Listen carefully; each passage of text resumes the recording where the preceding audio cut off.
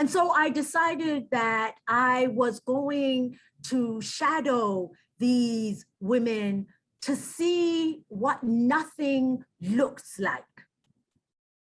And initially I had said I was going to follow one woman every other day to see how their day worked out. And after my first day of nothing with these women, I decided that I could not follow a woman every other day. I was going to have to spread out my shadowing to being once a week, because the nothing that they did was so exhausting to me as a young, fairly young woman. And they were maintaining a community that had been discarded. They were building community, taking care of each other, raising their children, and waiting. Yes, they were waiting for the remunerations that their family members would send from the factories and the mines, but they were not waiting, doing nothing.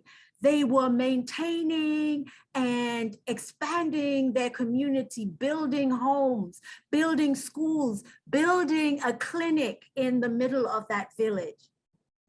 And yet each of them had the sense that what she was doing was nothing. That is a story of women around the world, that we have been so socialized to minimize what it is that we do, whether it is in the workplace, whether it is in the home, whether it is as political and social justice activists, that the world has so minimized our work that there is a part of that that we have internalized, that has accepted the minimization of our impact in our communities, our impact in our economies, our impact in our homes, in our justice systems. And the reality is that we have a world structure that is built on that minimization, that it is able to maintain itself because it minimizes the importance of the work that women do.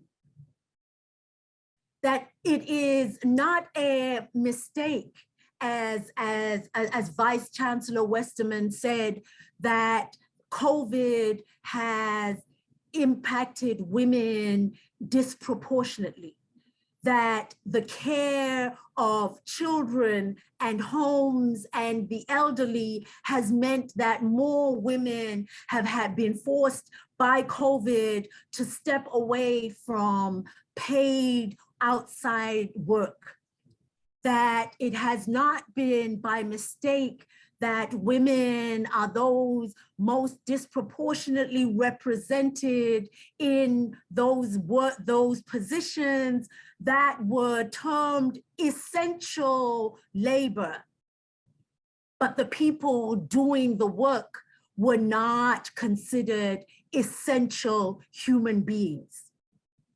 That policies and programs were put in place that ensured that essential labor continued without the care for those carrying out that essential labor and those who were disproportionately women. So as we say we stand to end the bias, we have to be clear that ending the bias has to start with us in our movement for justice.